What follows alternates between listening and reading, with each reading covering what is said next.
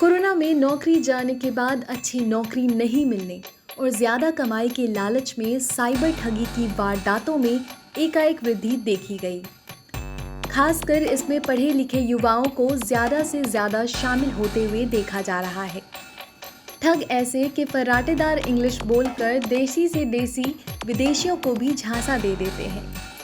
शातिर ठग पहले से तय की गई स्क्रिप्ट के जरिए इनकम टैक्स ऑफिसर बन या अमेज़न कंपनी के रिप्रेजेंटेटिव बन जाते और फिर ठगी की जाल बिछाते। स्क्रीन पर दिख रहे युवाओं की तनख्वाह भले ही 25,000 थी, मगर ये ठगी की कमाई से एक अच्छा खासा इंसेंटिव निकाल लेते थे और कमाई के आंकड़े को 1 लाख रुपए प्रति माह कर देते। दरअसल एक युवती और 17 युवक की गैंग का खुलासा 7 अक्टूबर को हुआ।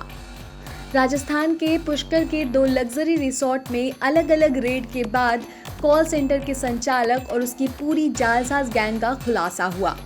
खुलासे के साथ ही उनके एक और साथी दिल्ली निवासी सौरभ शर्मा को भी गिरफ्तार कर लिया गया।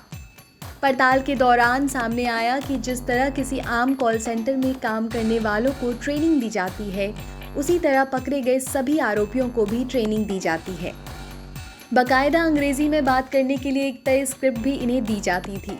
कंपनी के संचालक सबसे पहले ऑनलाइन वेबसाइट से विदेशियों का डेटा खरीद कर उपलब्ध कराते। डेटा ऑस्ट्रेलिया में इनकम टैक्स भरने वाले और अमेरिका में अमेज़न ऐप इस्तेमाल करने वाले का होता था। कॉल सेंटर में काम करने वाले युवाओं को अमेरिकन और ऑस्ट्रेलियन एक्सेंट की भी ट्रेनिंग दी जाती थी ताकि किसी प्रकार का शक ना हो। इसके बाद स्क्रिप्ट के अनुसार कॉल लगाकर सवाल किए जाते थे। जैसे ही कॉलर इनकी बातों में आता, झट से ठगी की वारदात को अंजाम दे जाते।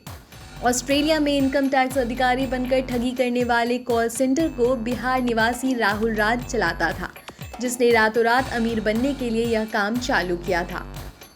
बहरहाल आरोपियों को हिरासत में लेकर अजमेर ग्रामीण assistant ACP IPS Sumit Mehra ने बताया कि कोरोना काल में पिता की मौत के बाद बिजनेस में हुए नुकसान व 15 लाख के कर्जे को चुकाने के लिए दिल्ली निवासी राहुल ने कॉल सेंटर खोला था, जिसके लिए करीब 3 माह से उसने होटल में ही कमरे बुक रखे थे।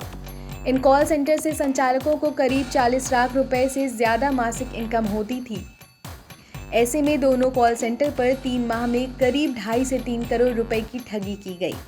ब्यूरो रिपोर्ट, क्राइम तक।